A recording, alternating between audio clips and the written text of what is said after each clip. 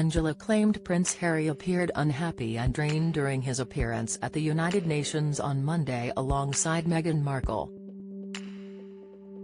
The author speculated the two had something going on because their body language suggested tension. Levin went on to berate Harry for attacking America in his speech.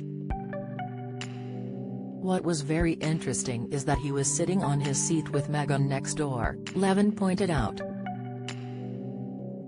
Of course, she took his arm and he pushed it back, and she grabbed it with one hand and held onto the arm with the other one.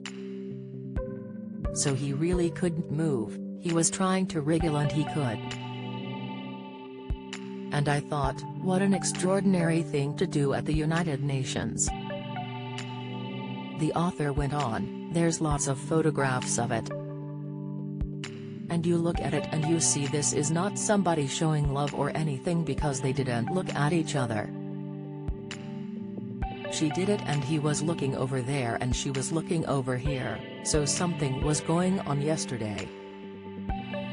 Levin also argued there has been a bad reaction to Harry's speech. The Americans are absolutely furious with him because how dare an English prince with a title tell them what to do, how absolutely dare him.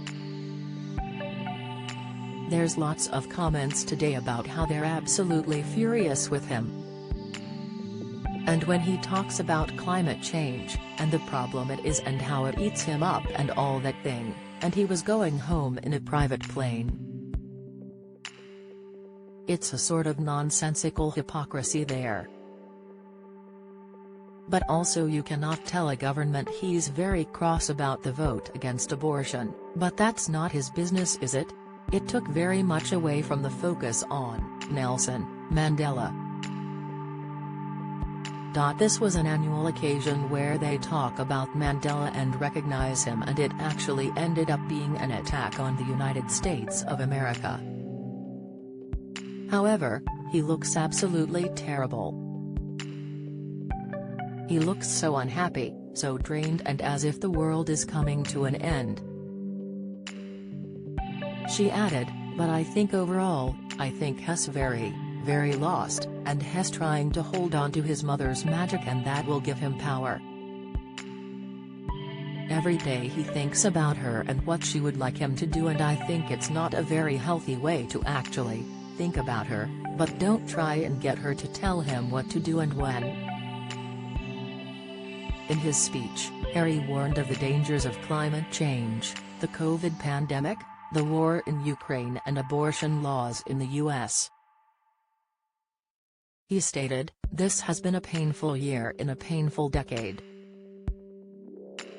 We're living through a pandemic that continues to ravage communities in every corner of the globe, climate change wreaking havoc on our planet, with the most vulnerable suffering most of all, the few, weaponizing lies and disinformation at the expense of the many, and from the horrific war in Ukraine to the rolling back of constitutional rights here in the United States."